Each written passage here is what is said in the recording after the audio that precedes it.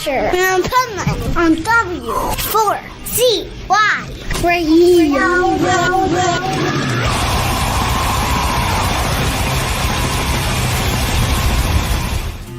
You're the best thing in my life, the reason I'm still me. You're the best. This is the Pipeman here on the Adventures Pipeman W4CY Radio, and I'm here with our next guest across the pond, who not only are great artists, but one of them's a friend of mine, and the guy in the purple's not. Thanks.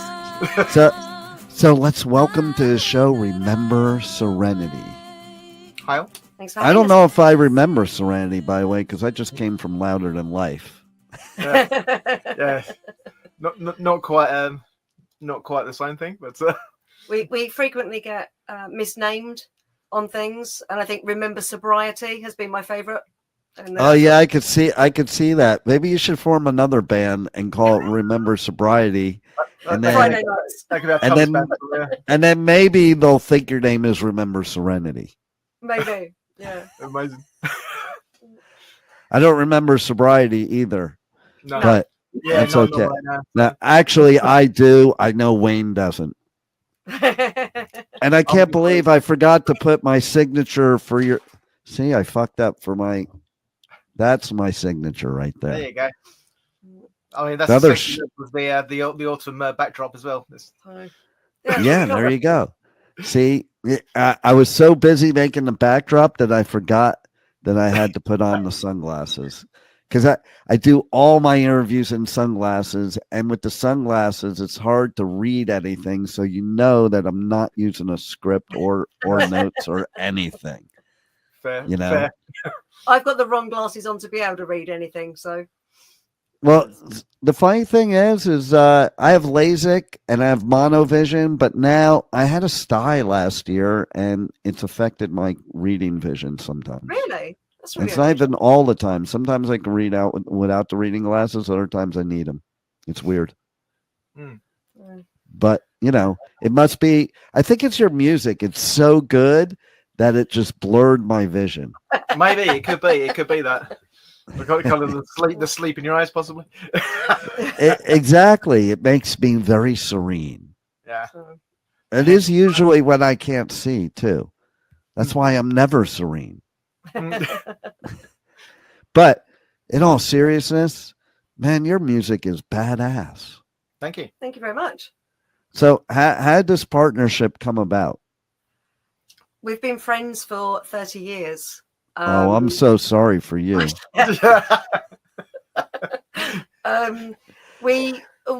actually initially met because a mutual friend of ours knew that Wayne was looking for a singer for, band way back.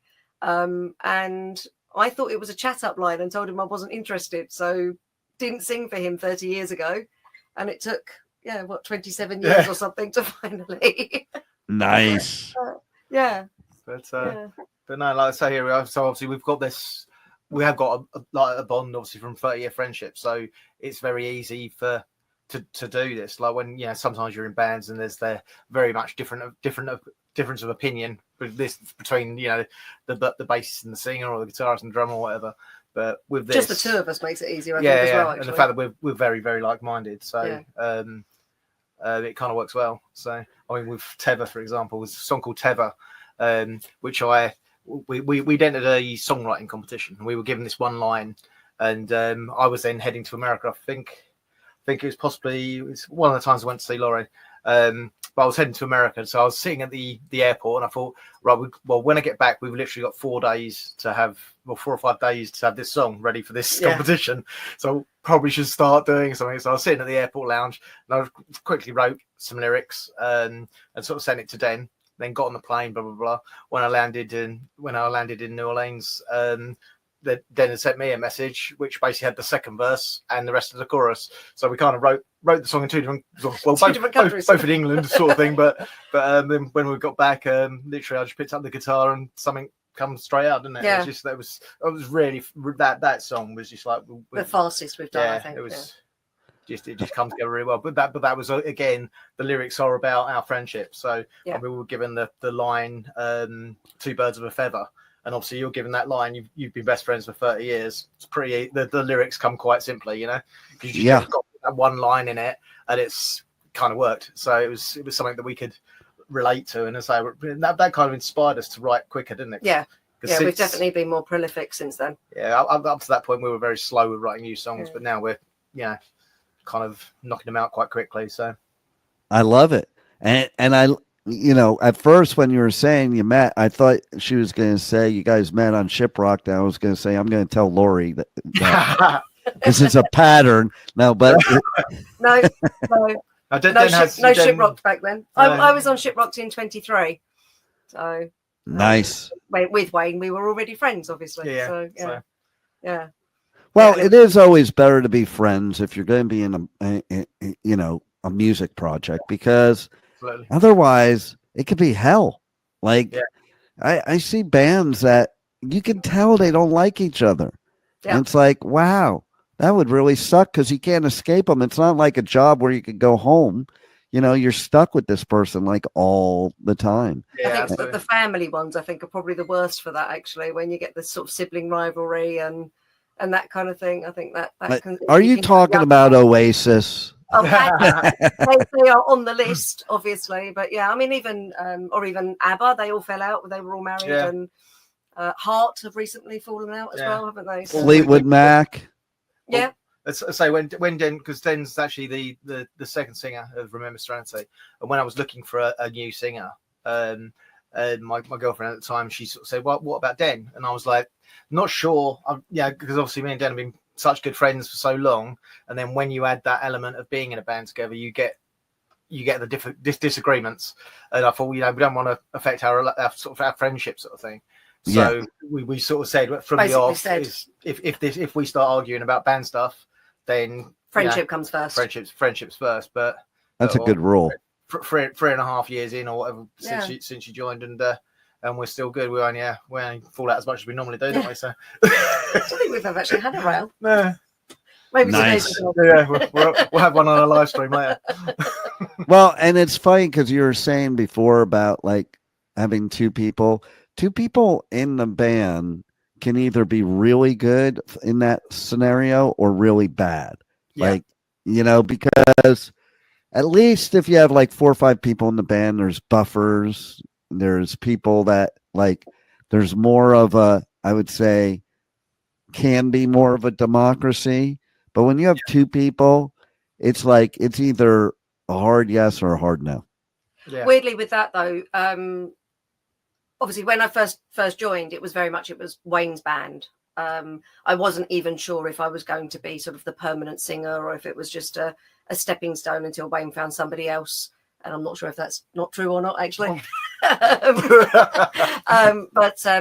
it's still very much, if there is anything that a decision kind of needs to be made, I still refer to Wayne, really. I still sort of see it as his band. He's the one, he's the boss. Yeah. I mean, a lot of it as well is like my obviously extra experience of being in bands. Obviously, I've been doing bands since I was 15, whereas obviously this is really your first band, I suppose, isn't it? Apart from Gecko, that wasn't. Does that really count though? You can remember the name. That's impressive. Well, yeah. I mean, apart from stuff I did when I was younger, but actual proper band stuff. Yeah. So, but yeah, I mean, we generally agree on most things. Like music. Very good. Musically, we've got very similar music tastes, like quite varied as well, which is obviously helpful because if you get someone I like folk and someone who I like metal, you kind of gonna have clashes. But we both like both of those genres. Yeah. So right. What we do kind of works. It's like folk with a tinge of rock, I guess, is what we're actually doing, or rock with a tinge of folk, whichever way you look at it, one or the other. Yeah, and she's got to be an angel because you're very picky. So, like, she's got to be an angel to put up with your tastes. Yeah, but I am quite picky musically. So is she. See, that's where you guys work together because that is a commonality that brings you together. Because if you have one person that really isn't picky, doesn't care, and somebody that does, I think that's a clash big time. Yeah, absolutely, yeah. So our music tastes are very. I mean, we're actually genuinely friends because of music. We initially met very briefly. Sort of like because he was looking for a singer, and then we met again at a nightclub, and we were both in a foul mood. Don't remember why, but we were both in a foul mood. We got chatting because we were the only two people sort of sitting away from everybody else. And Wayne was talking about tattoos, and I was saying, as soon as I turn 18, I want to get my first tattoo. And he said, what do you want to get? And I went, I want to get my favorite band logo. And he went, oh, who are they? And I went, nobody's ever heard of them. Nobody knows them. And then eventually I said, oh, it's a band called Queensryche. And he literally lifted up his sleeve to the only tattoo he had back then. And it was a Queensryche tattoo. Wow. I have still only got one tattoo. It's kind of like a big work in progress. Wow. And so then nobody really knew in the UK, because the minute Queensryche came out, we all knew about it, but we thought it was Iron Maiden. No, we thought it was Iron Maiden at first when it came out. We're like, Right. oh, that's some new Iron Maiden. And then we're like, oh, no, it's not. Because it did. The first album did sound a lot like Bruce. Yeah. You know? Yeah, the earlier stuff. The higher stuff that you did, yeah. Empire, Promised Land going. Well, to be fair, so am I actually. They're my favourite albums. Right. So. I was introduced to it when Queen of the Reich came out, and that song sounded like Maiden. Yeah, absolutely. Yeah, that EP is very, very Maiden. Yeah. I've never thought of that before, but you're quite right. But that is kind of wild, because how often in the world are you going to find somebody else with the same band tattoo on? You know, like especially a band like Queensryche. I don't think a lot of people have that tattoo. Like I could see if it was Maiden, Priest, but to me that shows your connection right from the get go. Yeah. Actually, my when I find, because you're not allowed to get tattooed here until you're 18. You're not allowed to be in nightclubs either, but my mum wasn't as good. And so when I finally turned 18, which would have been probably about 6 months after that, I think, something like that. It was actually Wayne's parents that bought me my Queensryche tattoo as my 18th birthday present. Wow, that's pretty cool. Yeah. It's not in a place I can show you, so I'm not. Oh, come on now. It's on my shoulder blade, so it's not really a bit difficult to get to. Now you guys both get a tattoo that says "Remember Serenity." Maybe the tree. The tree, yeah. I don't have writing on me, so it'd have to be the tree. The tree would be kind of cool. Yeah, that would be cool. So, as well. Obviously, you both have interest in folk. You both have interest in metal. What makes you pick folk as the one that you focus on for your music? It's obviously just. I mean, the main when I first started Remember Serenity back in 2019, I was really, really into a band called the Civil Wars. I imagine you've heard of them. I heard Civil Wars and I was just blown away by just how stripped back it was. It was just one guitar, a male and a female vocal, lovely harmonies. And I thought, I want to do something like that. I absolutely want to do that. But I kind of wanted to do it with obviously my rock influences as part of it. So when I first formed the band, when I first did it and I had my original singer, it was originally a working title for it was Civil Coil, because it was kind of a cross between Civil Wars and Lacuna Coil.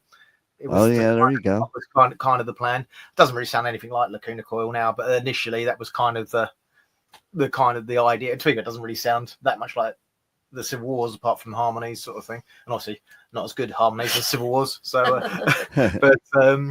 but that was the kind of the premise of it. So it was more a case of doing something really stripped back, and that kind of leads it more towards the folk side than the rock side. So. But you can definitely hear the rock influences in the some of the guitar playing sort of thing, because there's a couple of songs that are the newer ones as well. Yeah. Oh yeah, you could definitely tell, but it is. I think the name you have is perfect, because I think the music, the harmonies really does create serenity, which is something I think the whole world needs right now. Thanks. Yeah, nice. Yeah, that's really cool. Thank you. Yeah, because. I have this idea too of how to solve all the world's problems. You guys could play at it too. Excellent. Yeah, we'll look forward to it. Yeah, it's a music festival that the whole world is required to attend. That'd be good. because, listen, music is the great unifier. It's also the best therapy there is. And I think instead of all the other stuff that's going on, we could just work it all out at a music festival. Because when you go to a music festival, generally nobody's an outsider and nobody's fighting. We're all just loving each other from all walks of life. Yeah. Yeah. Yeah. And see that, I think that's what your music also represents. Like, I think it represents something that could unify us together and create the serenity that this world needs. We're like wild stallions, basically. I was exactly. Yeah. I was going to say exactly. Exactly. If only you had a good photographer that you knew that. So tell us about this new music compared to what was the evolution to get to this new EP? Right. Okay, that's a good one. We basically we obviously when we first started recording and the idea of recording, we had 7 songs, I think, and then I had the idea of we keep trying to record ourselves at home, and then it was a case of every time we would get to a certain stage, we'd then stop, or something would distract us, or so we never really finished it. Then we met this guy who had his studio in his garden. He was 16 at the time. Yeah, he's just turned 17. So the guy who produced all 4 of our EPs. He's a 16-year-old produced it. Just turned 17. Yeah, that's amazing. He did I all love 4 of our EPs. It's Tetro Studios in Rayleigh in England. But Moss is an absolute legend. So we kind of heard that he had a studio. So I asked him, can you send us a recording of something you've done that's similar sort of stuff to us? And I heard it and I thought, do you know what, that's better than I'm going to do in the next year if I get around to it, So I thought, do you know, how much, Moss, how much for a couple of days in the studio? And he gave us such a good price. We're like, yeah, no brainer, we'll do that. If it comes out rubbish, then we haven't lost a lot of money. Right. But it came out the first EP, Winter. We really were like, yeah, this is great, So we obviously booked him for spring, then summer, then autumn. Yeah. And but yeah, so the writing process, which was the question on it. So what is the writing process? When, like I said, when I joined, obviously being the second singer, Wayne already had a few songs sort of finished, basically. So I listened to the other singer singing, and I just kind of copied what was there. And then as we wrote new songs, they became sort of very much our songs. And then as I became more comfortable as being part of the band, I actually started writing some lyrics as well. So it's become it was very much just Wayne doing it all. And now it's become much more, we sort of do it all together. Yeah. And I think both of us have definitely improved with sort of songwriting and that kind of thing as we've got a little bit more comfortable with it and definitely and that kind of thing. So it's definitely better to do it together, I think, too, because people everybody has something to add to it, and bring something to the table that maybe you don't think of, and or just that different viewpoint, because there's so many viewpoints in the world. I think the more viewpoints you have of the music you create, the more likely you're gonna have a bigger tribe following you. Yeah. The viewpoint is quite interesting, actually. I mean, especially on a song called Circles that Wayne wrote, and it's a song about friendship, and he wrote it about like your little circle of friends and how blessed he feels or whatever to have these few people he can absolutely rely on, and how great these half a dozen people are. I read it and I sing it as, how awful is it that you can only rely on a few people and everyone else is. So I'm the negative one, and it just absolutely, I see that as completely the other way around to how Wayne actually wrote that. So. And see, I thought Circle would be about mosh pits. Well, to be fair, when we actually start getting like some people like who nearer to the front when we're playing, we should probably say we want to see a circle pit for this next time. I mean, right? To have a circle pit at one of our gigs would be absolutely incredible. You know what though? I was just doing a festival, Bourbon and Beyond, and Fish was playing. Yeah.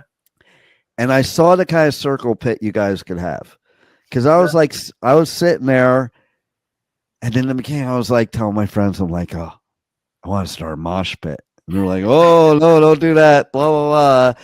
And I'm like, couple hours in, when people were peaking on whatever they were peaking on, it looked like a mosh pit where nobody touched each other. Yeah. It really did. Like, I was like observing these people. I'm like, and then while you're talking, I'm thinking that would be the perfect mosh pit for your live show. Mm-hmm. It's like you take the deadhead, fish head type of dancing and no touching, and there's your pit, and it's very serene, because it was like, it's like slow motion mosh pit. And most people that come to see us probably can only do the slow motion version. Yeah, that's well. it. Yeah. Right. So see, there you go. It's perfect. And so, how do people get this album, EP? How do they check you guys out? How do they where do they connect to you? Where do we create this circle of your now musical friends? If you just go to Linktree, remember Serenity is obviously the best place, because all the links to everywhere where we're on is on there. So there's obviously a link to our YouTube channel, a link to our Spotify, our Facebook, Instagram, Twitch, which we're going on live now, Twitch once a week, or at least that's the plan. There's also a link to our shop. Yes, yeah. Our Bandcamp shop Different on there, so you can buy the CDs on there, because we stuck with the original idea of doing classic CDs for people to tell us all the time, I haven't actually got a CD player. Yeah, okay, but yeah, it's all on Spotify and everything. So yeah, but they have to buy the CD if they want to listen to my show anymore, though. Okay. Yeah, the CD's always better. Obviously, we sell a CD, and we actually obviously it costs money to produce the CDs, to record the CDs, to actually get the CDs done. Yeah, totally. And obviously, we've worked out if we actually sell all the CDs we buy, we might just break even. But you're obviously never going to sell all the CDs you buy. You give away the odd few here and there. I was going to say, if you sell all the CDs, next time in the US, you could buy a couple tacos at Taco Bell. Yeah. Well, if someone goes on and streams all 55 minutes of our 4 EPs on Spotify, we get about 7 pence, which is about 10 cents. So it's Spotify, and that's if they don't find a reason to say, oh, that stream there, that one doesn't count because it was at 3:47 in the afternoon. Right. So, but like I say, I mean, really, we never started doing this to become millionaires, famous to all the world. I mean, that'd be nice, but we're like old. We're old and like, so on the downward part of the hill now. But like I said, we do it because we love doing it. We do it because we like telling the stories that we're telling. Obviously, all of our songs have got some relevance. So we don't write a song that's there's some words that are catchy, Sweet Caroline, blah blah blah, kind of rubbish. It's his favourite song. Sweet Caroline. Bum bum bum. But all our songs have got a story to tell. That was very much inspired by Bad Flower when I saw them on Shiprocks in 2019. I think literally just saw them, and it was just like there's a couple of their songs were amazing, and then I saw them live and they were incredible. So I went back and revisited their first album and like reading the lyrics, and then lyrics then become really important because they're really such strong lyrics. Josh Catch writes. I love Josh. He's the coolest dude. But like what I love too is one of the festivals they played, he had laryngitis. Yeah. So he just had the crowd sing all the songs. Yeah, I heard about that one. Really? Yeah. It was the coolest show, and it was a ballsy move because you're going to get hate sometimes. Yeah. But man, I thought it was the coolest once in a lifetime show ever. To be fair, to do that rather than just cancel, that's some of the stupid excuses I've heard for bands cancelling. Yeah. No doubt. To me, that's a professional. The show must go on.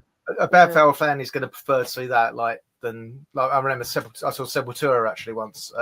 This was literally just after they sacked Max, because I saw him with Max at Brixton, which is the last gig he did with them, and then they sacked him, and then they were playing at Donington, which wasn't before it was Download, And literally they still played, even though they just sacked their singer. But they had like Evan and Billy from Biohazard, and I think Jonathan Davis did a song with them, and they just had other people who were on the bill. I think Burton C. Bell did a song, and it was just like Sepultura with guest singers, and it was just that was amazing. It was so good. That's pretty cool. Yeah, and as I say, I imagine that being at a gig. I mean, Josh is there playing the guitar, so it's not like he wasn't there, Right.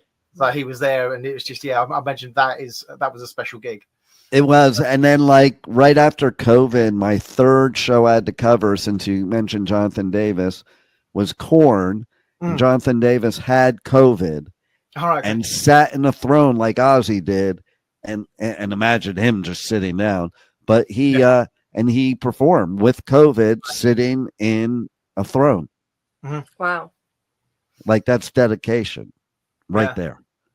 They are one of the bands that I have missed thanks to a terrible excuse, though. So, they were meant to be doing Ozfest, and one of them was expecting a baby. Obviously, wife was expecting a baby, so they cancelled, and she was like 5 months pregnant or something. She wasn't nearly about to give birth, but and Foo Fighters covered. It just That's weird. Like you're not even ready to give birth, and that was the excuse. Yeah. That was the reason we were told. Yeah. Wow. That's a trip.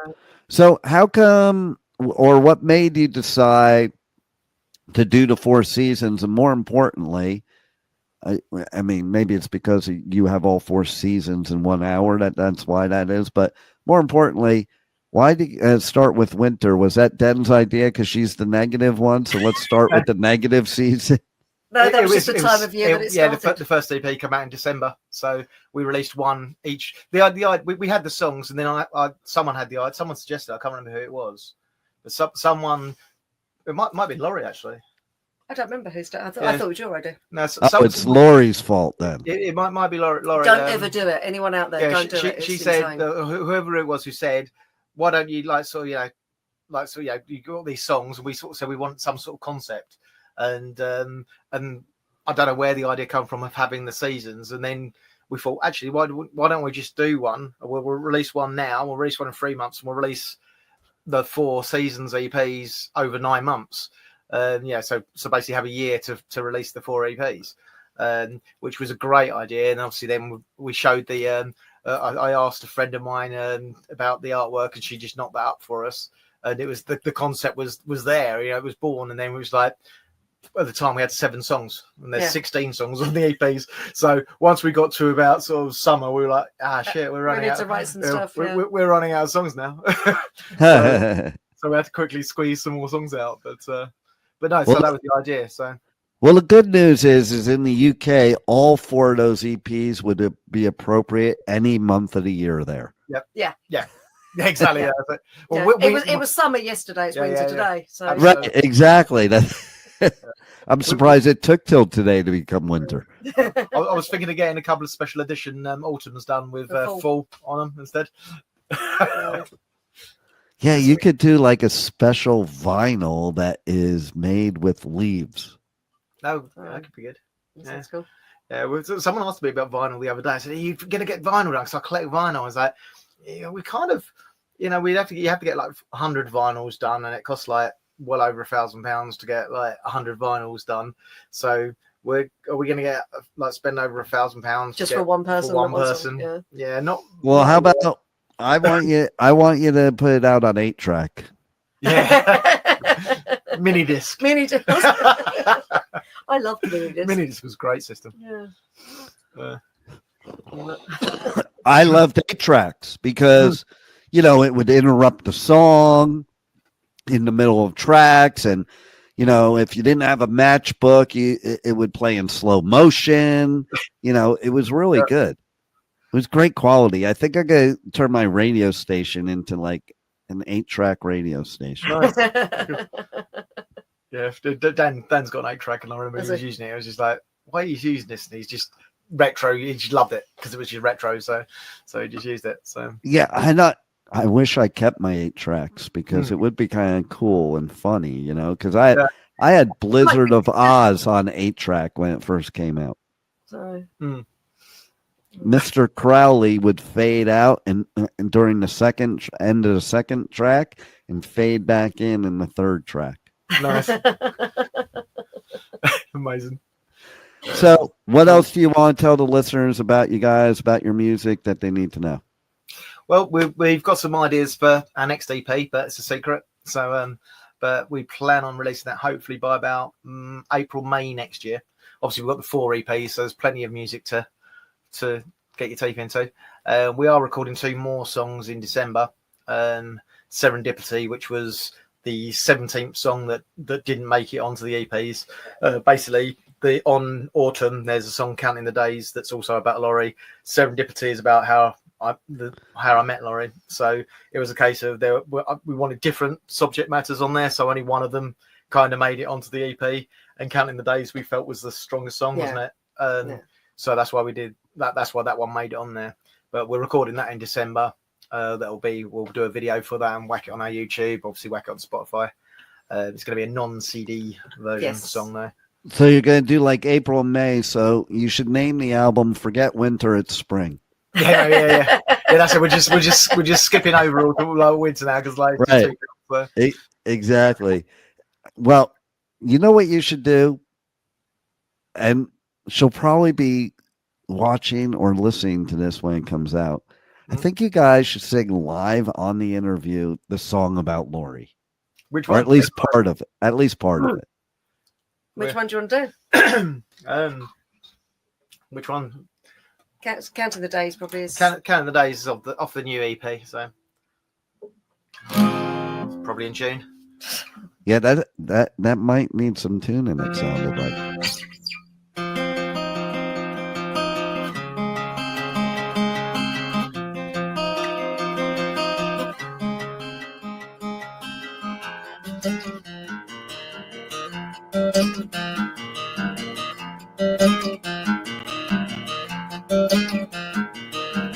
Laying bad thoughts in my head, and my chance of sleeping, wide awake until daybreak. Inside my heart is weeping, long to dream but I want to scream.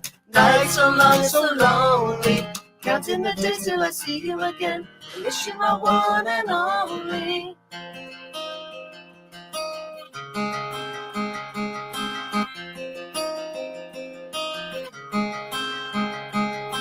I just want to hold you. I just need to feel your skin. I'm not home without you. I want to be with you all the time.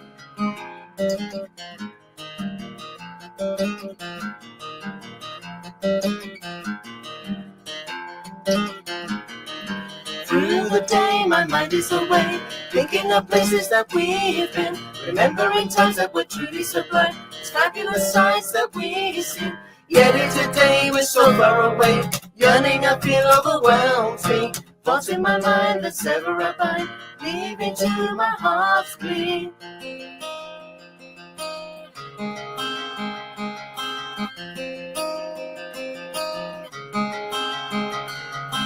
I just want to hold you.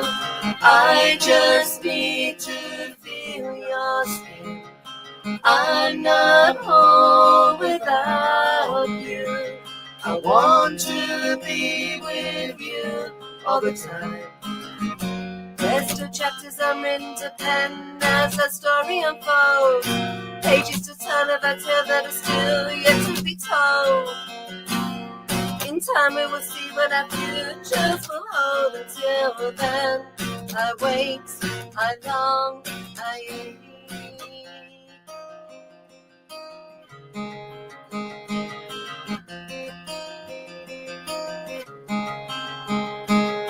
I just want to hold you. I just need to feel your skin. I'm not home without you. I want to be yours for all time.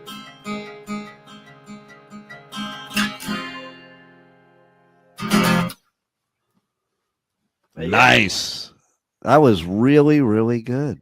I don't care what Laurie says.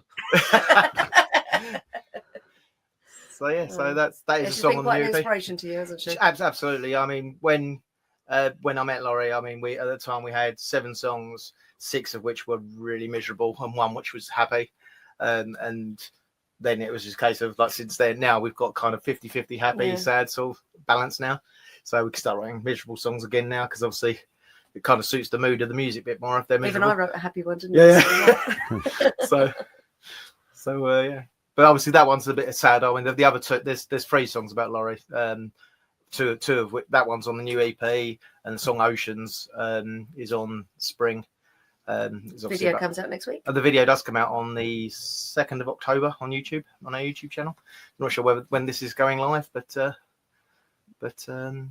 yeah. So if this is on air before the 2nd of October, check out our YouTube channel on the 2nd of October for the new song. Nice. Well, you guys rock. You're badass. Despite Wayne's in the band, but but we do love you, and everybody else needs to love you too, or they can't listen to my show anymore. Nice one. I Thanks, love man. it. And we're looking forward to playing your World Festival. Yes. Yeah, there you go. We're happy to open that as well. I mean, if we just open it, and then we can go to the backstage bar and you can get drunk. Yeah. There it is. Well, spoken like true English people right there. Yeah. Well, you guys rock, and everybody definitely has to get all of the EPs and check you out. You're super talented, and thanks for being on the Adventures of Pipeman. Thanks very much for having us. Thank you. Thank you for listening to the Adventures of Pipeman on W4CY Radio.